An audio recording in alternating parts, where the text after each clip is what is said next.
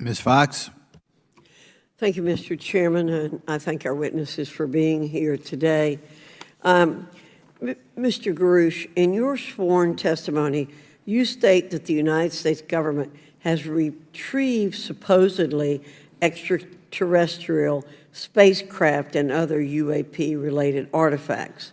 You go so far as to state that the U.S. is in possession of, quote, non-human spacecraft, end quote, and that some of these artifacts have circulated with defense contractors. Several other former military and intelligence officials have come forward with similar allegations, albeit in non-public settings. However, Dr. Sean Kirkpatrick, the director of AARO, previously testified before Congress that there has been, and I quote, no credible evidence thus far of extraterrestrial activity or of, quote, off-world technology brought to the attention of the office. To your knowledge, is that statement correct? It's not accurate. I believe Dr. Kirkpatrick mentioned he had about 30 individuals that have come to Aero thus far.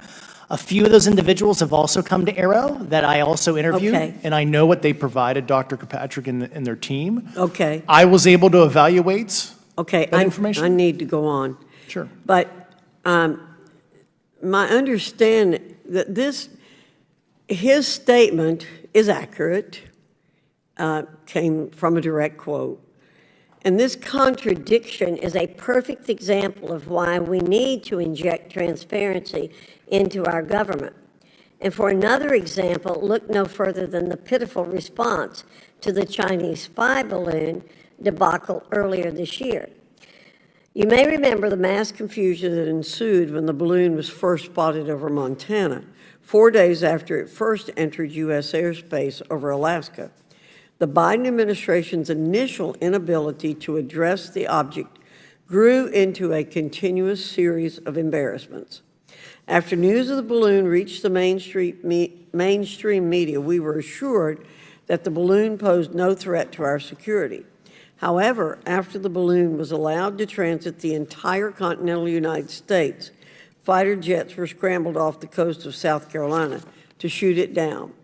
This flip-flopping and obfuscation caused needless confusion, fear, and panic across the country. It's my hope, Mr. Chairman, that this sort of confusion will not be repeated.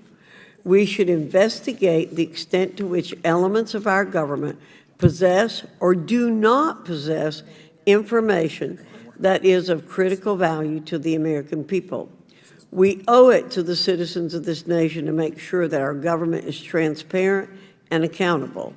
We must make sure that our government provides answers, and Congress must do its duty to solicit those answers. With that, Mr. Chairman, I yield back.